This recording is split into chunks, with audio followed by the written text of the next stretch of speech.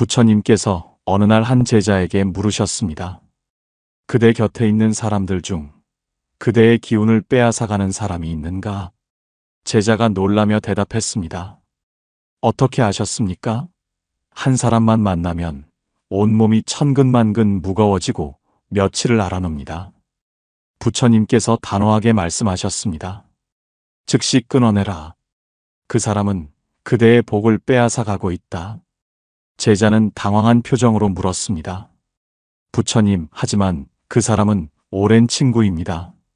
어린 시절부터 함께 자랐고 수십 년을 알고 지낸 사이인데 어떻게 그렇게 쉽게 끊을 수 있겠습니까? 부처님께서는 제자의 눈을 똑바로 바라보시며 말씀하셨습니다. 그대는 지금 무엇을 더 중요하게 여기는가? 오래된 인연인가 아니면 그대 자신의 평안인가? 제자는 말문이 막혔습니다. 부처님께서 이어서 말씀하셨습니다. 오래되었다고 해서 좋은 인연은 아니다. 가깝다고 해서 소중한 인연도 아니다. 인연의 길이가 아니라 인연의 질을 봐야 한다. 주위에 있던 다른 제자들도 하나둘 모여들었습니다. 부처님께서 제자들에게 물으셨습니다. 그대들은 나쁜 인연을 어떻게 알아볼 수 있는지 아는가? 제자들은 고개를 저었습니다. 부처님께서 조용히 말씀하셨습니다. 그대의 몸이 먼저 안다. 그 사람을 만나기 전부터 가슴이 답답하고 숨이 막힌다. 만나고 나면 온몸이 무겁고 며칠을 앓는다. 이것은 그대의 몸이 경고하는 것이다. 한 제자가 고개를 끄덕이며 말했습니다. 맞습니다, 부처님. 저도 그런 사람이 있습니다.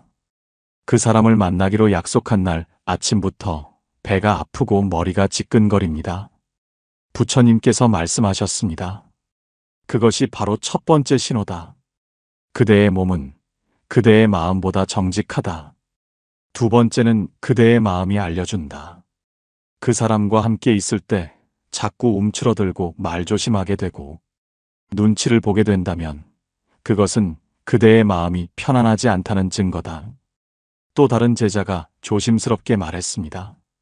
부처님, 저는 형제와 함께 있을 때 그렇습니다. 형은 저를 만날 때마다 비교하고 깎아내립니다. 하지만 피를 나눈 형제인데 어찌 피할 수 있겠습니까? 부처님께서 단호하게 말씀하셨습니다.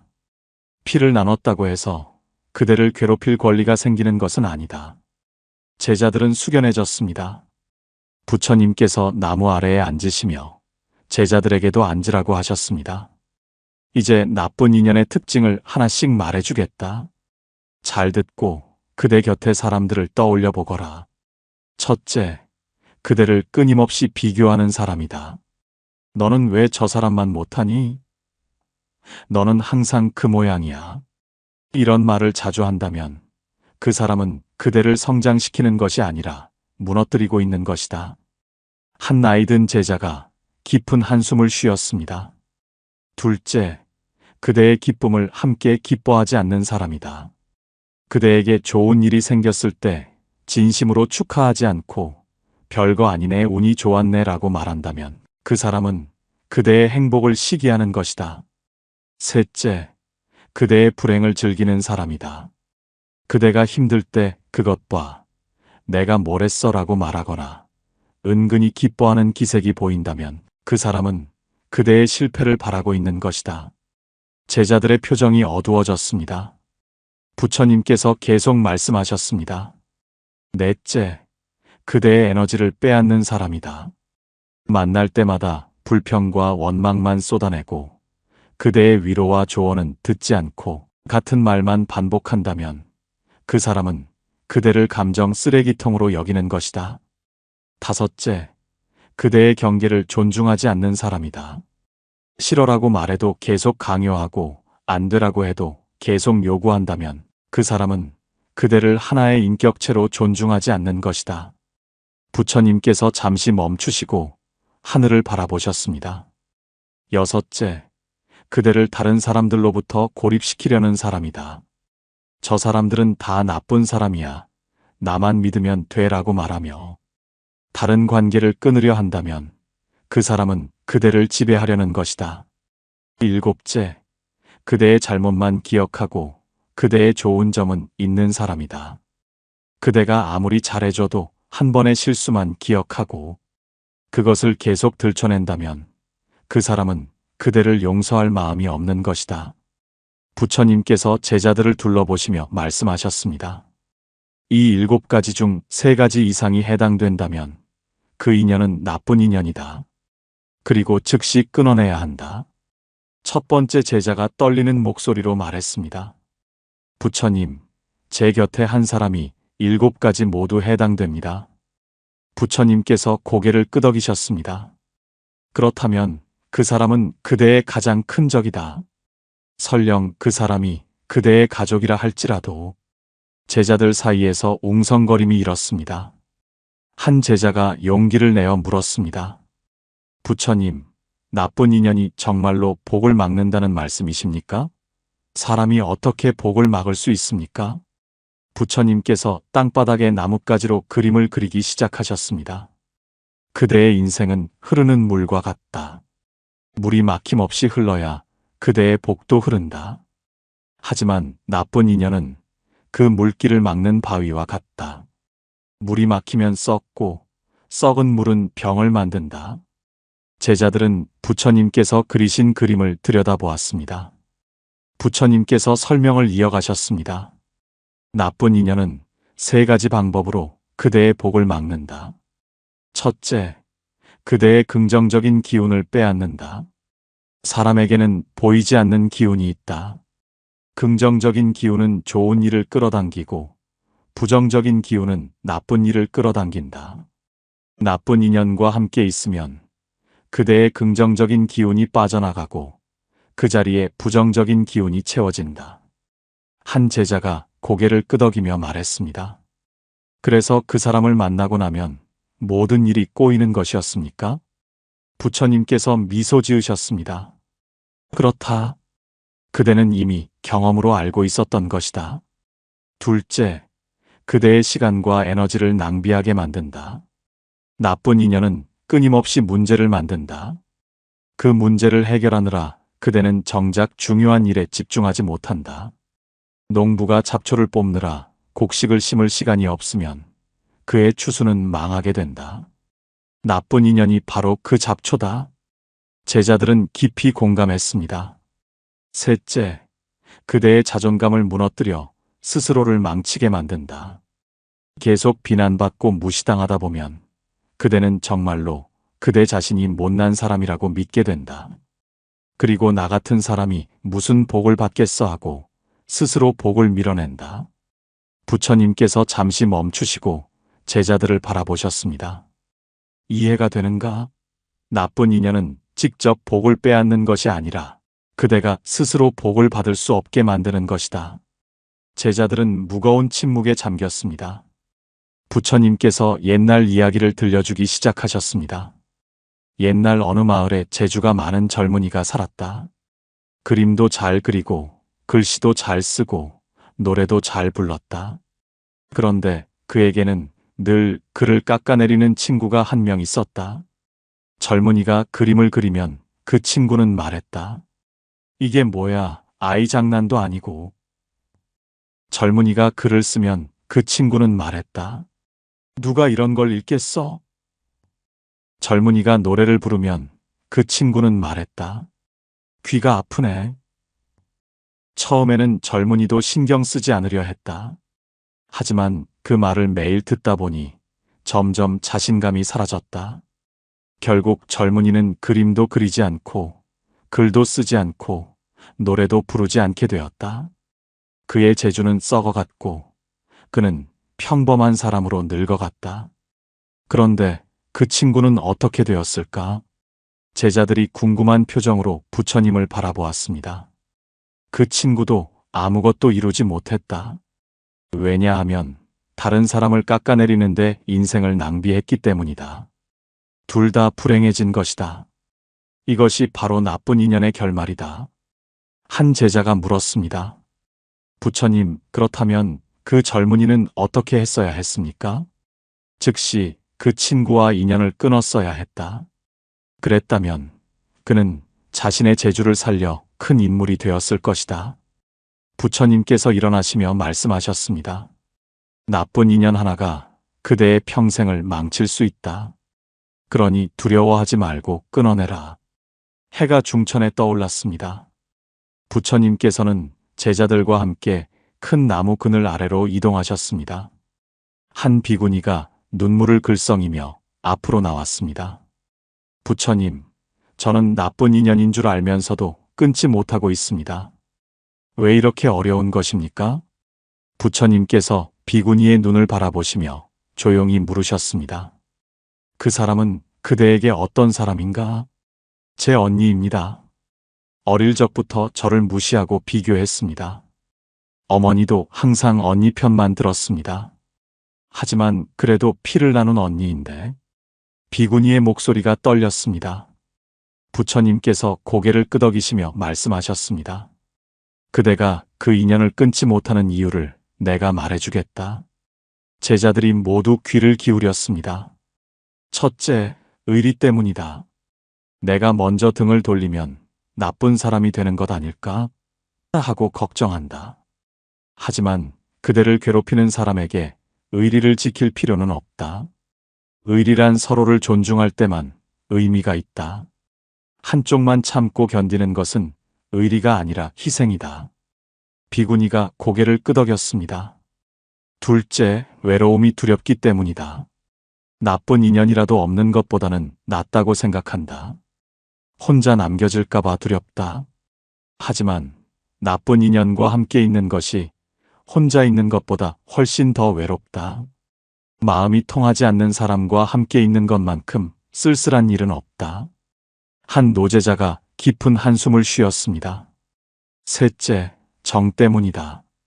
오래 함께 했기에 정이 남아있다. 예전에는 좋았는데 하는 기억이 그대를 붙잡는다. 하지만 과거는 이미 지나갔다. 지금의 그 사람이 그대를 괴롭힌다면 그 인연은 끝난 것이다. 부처님께서 잠시 멈추시고 하늘을 올려다보셨습니다. 넷째, 죄책감 때문이다. 저 사람도 나름 힘든 사람이야. 저 사람도 불쌍해하고 동정한다. 하지만 동정심 때문에 그대의 인생을 희생할 필요는 없다. 그대가 그 사람을 구원할 수는 없다. 오히려 함께 무너질 뿐이다. 다섯째, 변할 것이라는 헛된 기대 때문이다.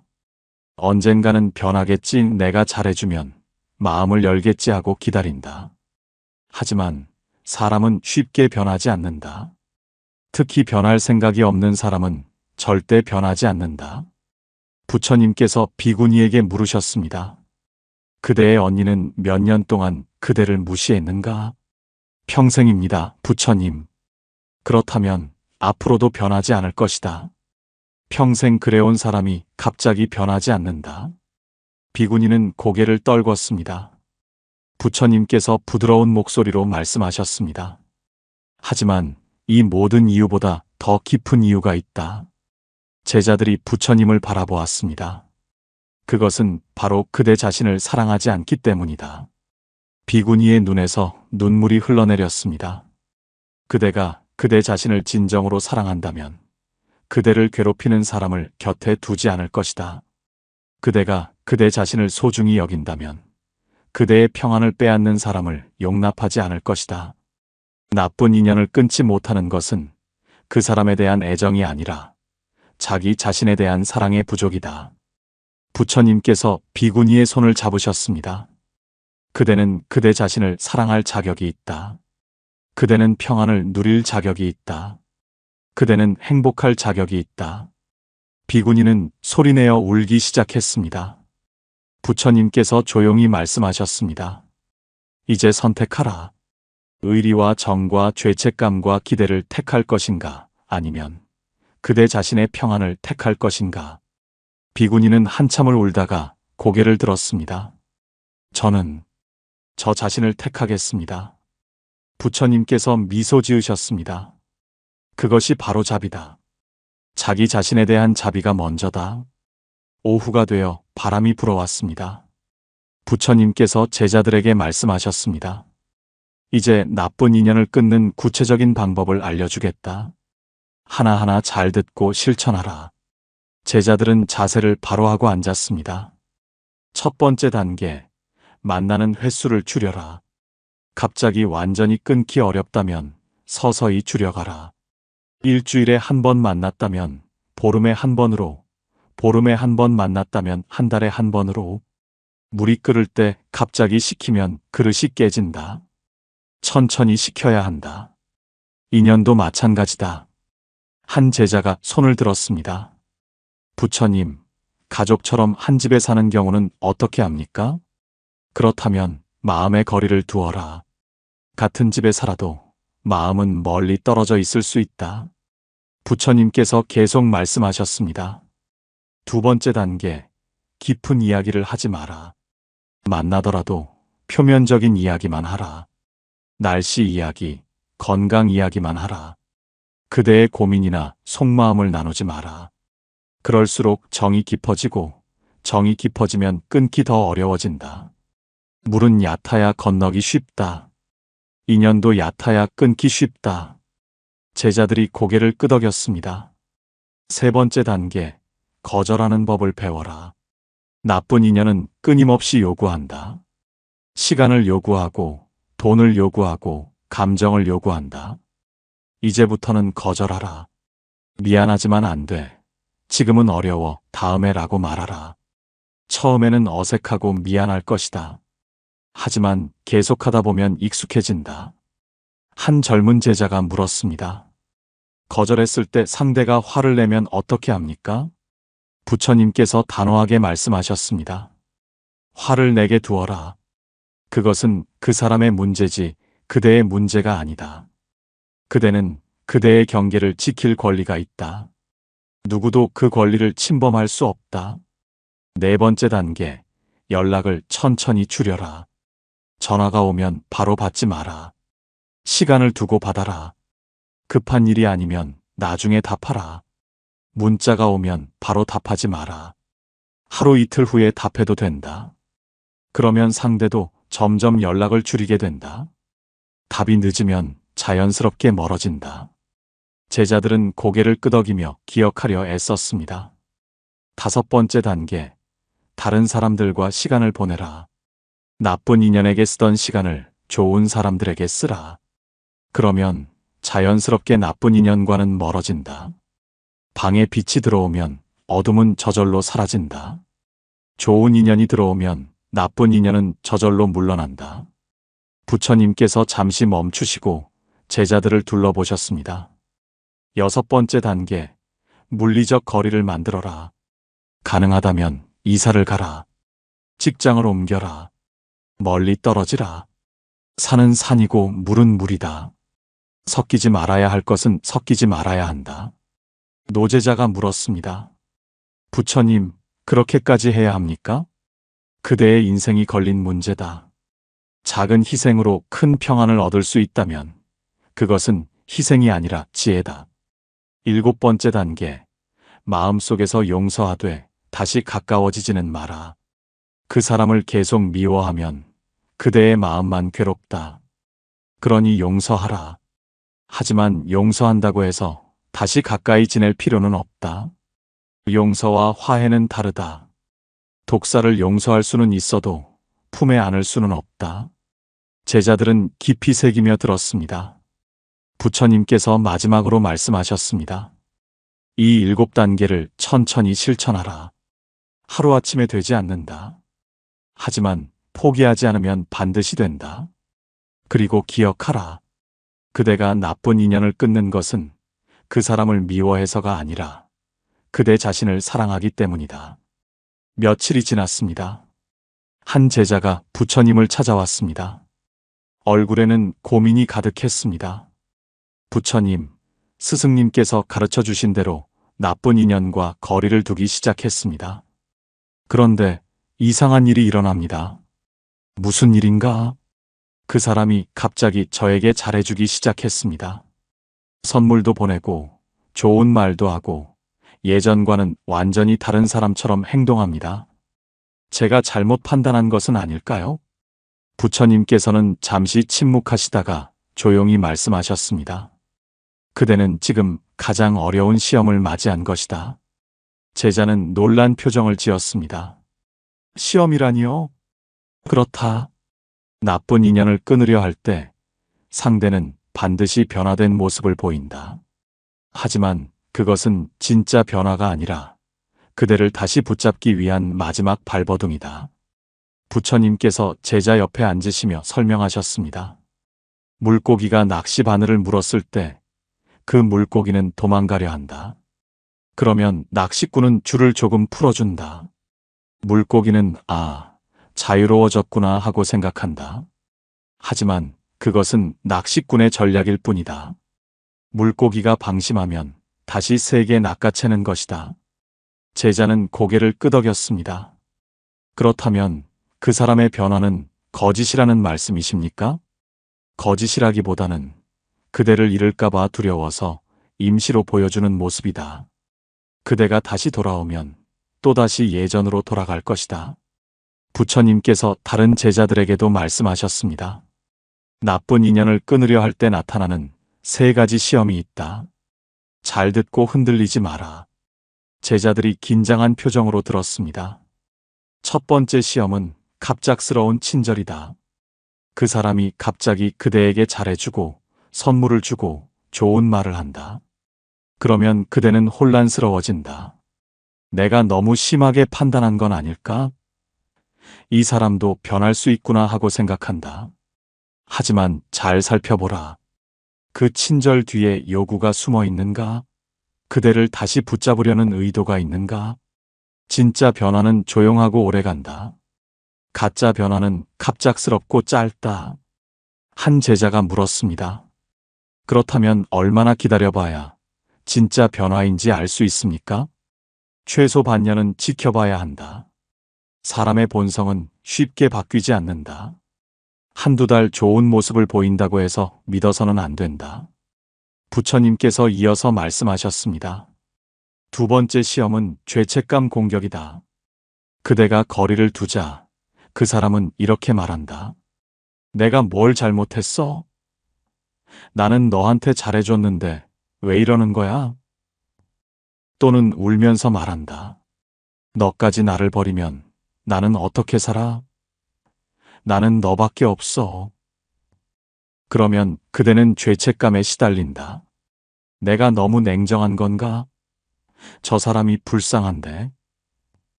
제자들은 공감하며 고개를 끄덕였습니다. 하지만 기억하라. 그대가 거리를 두는 것은 그 사람을 미워해서가 아니라 그대 자신을 지키기 위해서다. 배가 가라앉고 있을 때 다른 사람을 구하려다가 함께 빠져 죽으면 안 된다. 먼저 자신의 구명조끼부터 착용해야 한다. 세 번째 시험은 주변 사람들의 압력이다. 그대가 누군가와 거리를 두면 주변 사람들이 말한다. 너무 심한 거 아니야? 가족인데 그렇게까지 해야 해? 그냥 참고 지내. 특히 나이 든 어른들은 참는 것이 미덕이라고 배워서 그렇게 말한다. 하지만 그들은 그대의 고통을 모른다.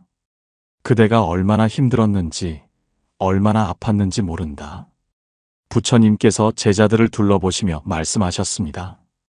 이 3가지 시험 앞에서 흔들리지 마라. 그대의 평안이 가장 중요하다. 첫 번째 제자가 물었습니다. 그렇다면 부처님, 제가 그 사람의 변화를 믿지 말아야 한다는 말씀이십니까? 부처님께서 대답하셨습니다. 서둘러 믿지 말라는 것이다. 진짜 변화라면 시간이 증명할 것이다. 그리고 설령 그 사람이 정말로 변했다 하더라도 그대가 다시 가까워질 의무는 없다. 용서는 할 수 있어도 관계를 회복할 필요는 없다. 이미 깨진 그릇은 다시 붙여도 금이 간다. 제자는 깊이 고개를 숙였습니다. 부처님께서 마지막으로 말씀하셨습니다. 이 시험의 시간을 견뎌내라. 외롭고 힘들 것이다. 하지만 이 시간을 넘어서면 그대는 진정한 자유를 얻게 될 것이다. 한 달이 지났습니다. 여러 제자들이 하나둘 부처님께 찾아와 자신의 경험을 나누기 시작했습니다. 비구니가 먼저 말했습니다. 부처님, 언니와 거리를 둔 지 한 달이 되었습니다. 처음에는 너무 힘들었습니다. 죄책감에 밤잠을 설치기도 했습니다. 하지만 신기한 일이 일어났습니다. 몸이 가벼워졌습니다. 아침에 일어날 때 가슴이 답답하지 않고 하루 종일 마음이 편안합니다. 부처님께서 미소 지으셨습니다. 그것이 바로 첫 번째 변화다. 몸이 먼저 자유로워진다. 다른 제자가 말했습니다. 저는 오랜 친구와 인연을 끊었습니다. 그런데 이상하게도 다른 친구들과의 관계가 더 좋아졌습니다. 예전에는 그 친구 때문에 다른 사람들을 만날 시간이 없었는데 이제는 여유가 생겼습니다. 부처님께서 고개를 끄덕이셨습니다. 그것이 두 번째 변화다. 나쁜 인연이 차지하던 자리에 좋은 인연이 들어온다. 노제자가 말했습니다. 저는 동생과 거리를 두었습니다. 동생은 항상 제게 각서를 쓰고 약속을 하고도 돈을 빌리고 갚지 않았습니다. 이제는 거절하고 있습니다. 그런데 신기하게도 돈이 모이기 시작했습니다. 예전에는 아무리 벌어도 항상 부족했는데 이제는 여유가 생깁니다. 부처님께서 말씀하셨습니다. 그것이 세 번째 변화다. 나쁜 인연이 막고 있던 복이 흐르기 시작한다. 제자들은 감탄했습니다. 부처님께서 제자들에게 말씀하셨습니다. 나쁜 인연을 끊으면 5가지 변화가 일어난다. 첫째, 몸이 건강해진다. 스트레스가 만병의 근원이다. 나쁜 인연이 주던 스트레스가 사라지니 몸도 마음도 건강해진다. 잠도 잘 오고 식욕도 돌아오고 두통도 사라진다. 한 젊은 제자가 고개를 끄덕이며 말했습니다. 맞습니다, 부처님. 저는 몇 년 동안 두통에 시달렸는데 나쁜 인연을 끊고 나니 신기하게도 두통이 사라졌습니다. 둘째, 좋은 사람들이 나타난다. 나쁜 인연과 함께 있을 때는 좋은 사람들이 그대를 피했다. 유유상종이라 했지 않은가. 하지만 이제 그대의 기운이 밝아졌으니 밝은 사람들이 모여든다. 비구니가 말했습니다. 정말 그렇습니다. 언니와 거리를 둔 후 수행 모임에서 좋은 친구들을 만났습니다. 진심으로 저를 아껴주는 사람들입니다. 셋째, 일이 풀리기 시작한다. 나쁜 인연은 그대의 에너지를 빼앗아 갔다. 그 에너지가 이제 그대에게 돌아왔으니 하던 일에 집중할 수 있게 된다. 그리고 집중하면 결과가 나온다. 막혀있던 일들이 술술 풀린다. 한 상인 제자가 말했습니다. 저도 그렇습니다. 예전에는 장사가 안 됐는데 나쁜 인연을 끊고 나니 손님이 늘기 시작했습니다. 부처님께서 미소 지으셨습니다. 넷째, 자존감이 회복된다. 계속 비난받고 무시당하면 그대는 정말로 그대 자신이 못난 사람이라고 믿게 된다. 하지만 이제 그 목소리가 사라졌다. 그대는 다시 그대 자신의 가치를 발견한다. 그리고 스스로를 사랑하기 시작한다. 제자들의 얼굴에 미소가 번졌습니다. 다섯째, 진짜 평안을 경험한다. 예전에는 늘 불안했다. 또 뭐라고 하면 어떡하지? 또 화내면 어떡하지? 하고 전전긍긍했다. 하지만 이제 그런 불안이 없다. 아침에 눈을 떠도 편안하고 밤에 잠들 때도 평온하다. 이것이야말로 가장 큰 변화다. 제자들은 깊이 공감하며 고개를 끄덕였습니다. 부처님께서 옛날 이야기를 들려주셨습니다. 어느 마을에 늘 병치레를 하는 여인이 살았다. 의원들이 진찰해봐도 병의 원인을 알 수 없었다. 어느 날 한 현자가 그 마을을 지나다가 여인을 보고 말했다. 당신의 병은 몸에 있는 것이 아니라 마음에 있소. 당신 곁에 누군가가 당신의 생명력을 빼앗고 있소. 여인은 생각해보니 시어머니가 떠올랐다. 시어머니는 늘 여인을 구박하고 못살게 굴었다. 여인은 용기를 내어 시어머니와 분가했다. 다른 마을로 이사를 갔다. 그러자 신기하게도 여인의 병이 나았다. 몇 년을 앓던 병이 거짓말처럼 사라졌다. 그녀는 그제야 깨달았다. 내 병은 몸이 아니라 관계 때문이었구나. 제자들은 숙연해졌습니다. 부처님께서 말씀하셨습니다. 나쁜 인연은 보이지 않는 독이다. 그 독을 빼내면 모든 것이 회복된다. 그러니 두려워하지 말고 용기를 내어라. 그대가 끊어내는 것은 인연이 아니라 고통이다. 해가 서산으로 기울고 있었습니다. 부처님께서는 제자들과 함께 언덕에 앉아 노을을 바라보고 계셨습니다. 한 제자가 조용히 물었습니다. 부처님, 나쁜 인연을 끊는 법은 배웠습니다. 그렇다면 좋은 인연은 어떻게 만날 수 있습니까? 부처님께서 노을을 가리키시며 말씀하셨습니다. 저 노을을 보거라. 노을은 스스로를 아름답게 만들려고 애쓰지 않는다. 그저 있을 뿐인데 아름답다. 좋은 인연도 그렇다. 억지로 만들려 하지 않아도 그대가 준비되면 저절로 나타난다. 제자들은 노을을 바라보며 부처님의 말씀을 곱씹었습니다. 부처님께서 말씀하셨습니다. 좋은 인연을 부르는 5가지 방법이 있다. 첫째, 그대 자신이 좋은 사람이 되어라. 좋은 사람에게는 좋은 사람이 모인다. 그대가 긍정적이면 긍정적인 사람이 오고, 그대가 따뜻하면 따뜻한 사람이 온다. 나쁜 인연과 헤어진 후 그대 자신을 돌아보라. 그대는 어떤 사람인가? 그대는 어떤 사람이 되고 싶은가? 그대가 되고 싶은 사람이 되어라. 그러면 그런 사람들이 그대를 찾아올 것이다. 한 제자가 물었습니다. 그렇다면 어떻게 좋은 사람이 될 수 있습니까? 간단하다. 그대가 만나고 싶은 사람처럼 행동하면 된다. 진심 어린 사람을 만나고 싶으면 그대가 먼저 진심을 다하라. 따뜻한 사람을 만나고 싶으면 그대가 먼저 따뜻하게 대하라. 둘째, 좋은 곳에 가라. 술집에 가면 술꾼을 만나고 절에 가면 수행자를 만난다. 그대가 있는 곳이 그대가 만나는 사람을 결정한다. 나쁜 인연을 끊었다면 이제는 좋은 곳으로 가라. 긍정적인 사람들이 모이는 곳, 배움이 있는 곳, 성장할 수 있는 곳으로. 비구니가 말했습니다. 저는 수행 모임에 나가기 시작했습니다. 그곳에서 좋은 사람들을 만났습니다. 부처님께서 고개를 끄덕이셨습니다. 셋째, 베풀어라. 베푸는 사람에게는 베푸는 사람이 모인다. 인색한 사람에게는 인색한 사람이 모인다. 베품은 돈이 아니어도 된다. 미소도 베품이고, 따뜻한 말도 베품이고, 진심 어린 관심도 베품이다.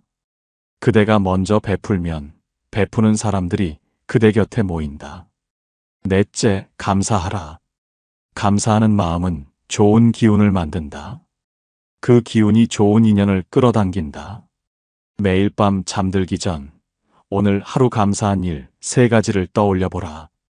작은 것이라도 좋다. 그러면 그대의 마음은 점점 밝아지고 밝은 마음은 밝은 사람을 부른다. 노제자가 말했습니다. 저는 요즘 매일 감사일기를 쓰고 있습니다. 신기하게도 감사할 일이 점점 더 많아집니다. 부처님께서 미소 지으셨습니다. 그렇다. 감사는 감사를 낳는다. 5째, 조급해하지 말고 기다려라. 좋은 인연은 서두른다고 오는 것이 아니다. 때가 되면 저절로 나타난다. 나쁜 인연을 끊은 직후에는 외로울 것이다. 그 외로움을 견디지 못해 다시 나쁜 인연을 찾아가는 사람들이 있다. 하지만 참아라. 그 외로움의 시간은 그대를 정화하는 시간이다. 그 시간이 지나면 더 좋은 인연이 찾아온다.